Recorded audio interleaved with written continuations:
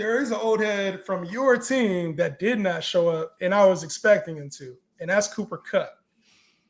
Yeah, and I'm a big Cooper Kupp guy, and you talked about not being scared of like these players as they get older, or maybe looking at like yards per touch or air yards, for example, for receivers. I'm not a big analytics guy, but you can tell like the numbers are coming down for Cooper Kupp, and I've been a big Cooper Kupp fan. He's now in Seattle alongside JSN, who we can also include in this conversation.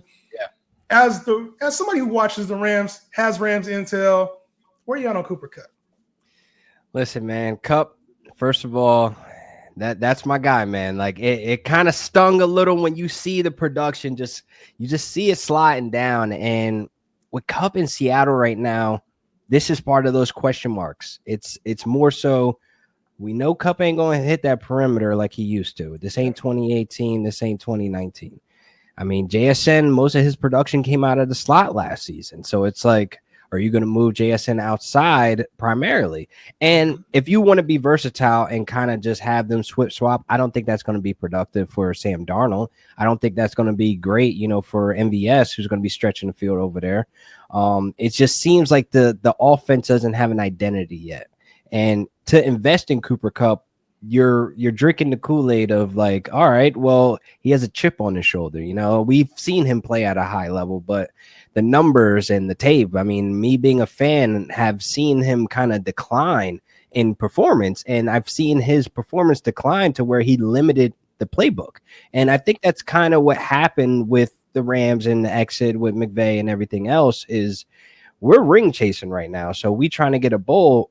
But, Cooper Kupp's like overall production just dropped as a deep threat, as a guy that usually is sneaky in the red zone, then create that separation. He kind of failed in that department where we suffered in the red zone. So you're getting a product now over there for fantasy rosters where he could be a flex, but then it's like, is this going to be a flex play that you'll trust week to week to have the volume, to have the production, to find the end zone, So that's kind of where I'm at with it.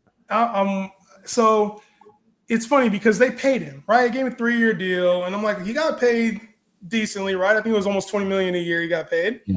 So you pay him to be at least a 2, back in 1 for a lot of teams.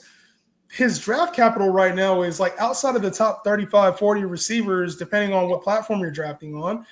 And I look at him like Seattle, like you talk about JSN, he's not really a red zone guy. You could say he's a volume guy, but like, is it just that Cooper Kupp? Like I'm struggling grasping this concept because I still, and this is the crazy part of me, I still think Cooper Kupp is good.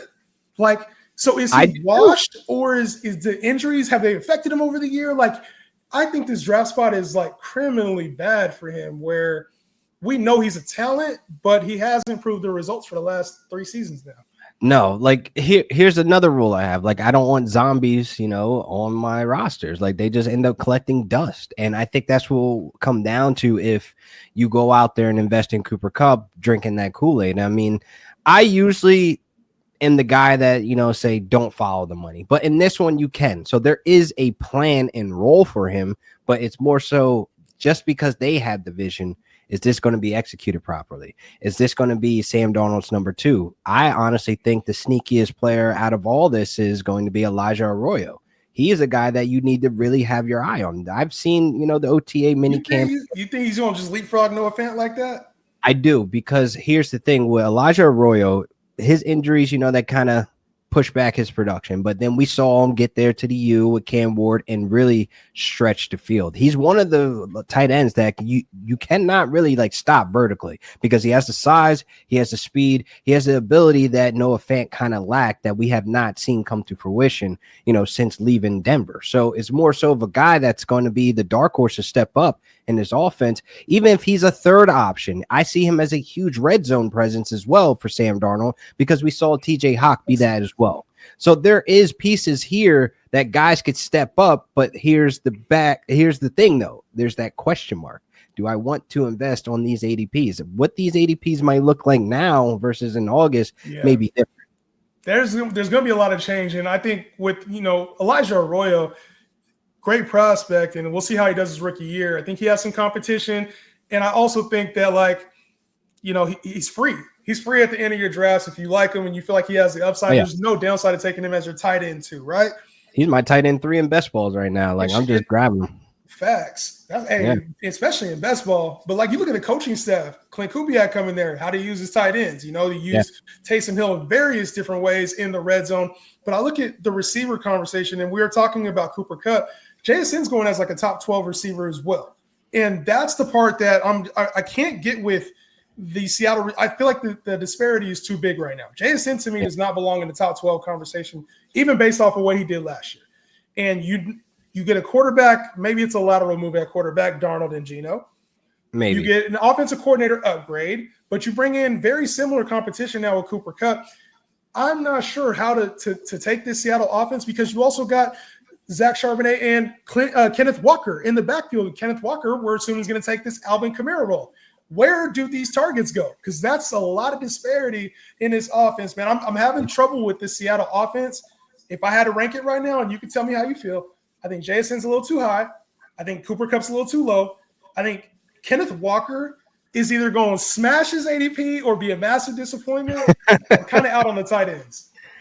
Listen, I'm with you with KW. He got to stay healthy, bro. Yeah. I've invested in him 2 years in a row. I have not been a happy camper because honestly, the injuries are annoying, and I have to take a spot on my roster just to handcuff Zach Charbonnet. Like, it's a must. It's not like I'll handcuff him later down the line. No, he's a must draft. So it's one of those situations you're getting the 2-for-1 deal right there, but you're getting banged at the end because he ain't going to be healthy. But coming down to JSN, I have him wide receiver 18 right now in my rankings, and he's in that, I would say, late second round where he's going, where I don't feel comfortable taking Ladd.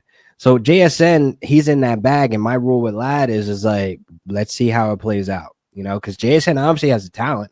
We know the production's there. He made DK Metcalf look like a 2. I mean, that's kind of crazy. Like, that's reminiscent to when Michael Gallup made Amari Cooper look like a 2.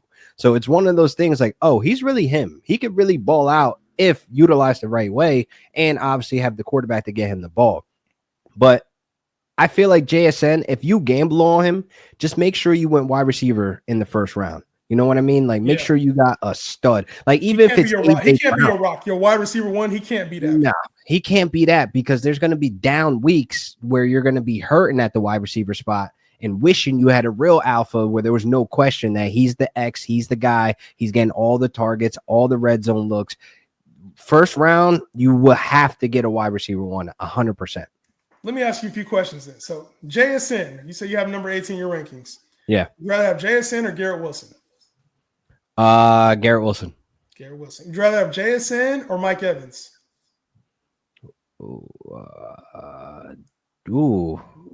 This one's hard. You know why? Because it's the injuries with Mike Evans, and Liam Cohen ain't there no more. Yeah. But I think I still would rock with Mike. I'm with Mike. All right. JSN or Ladd McConkey? JSN. Ooh, okay. I like that. JSN or Devontae Adams? Devontae. See? And that's, hold on. No cap. No cap.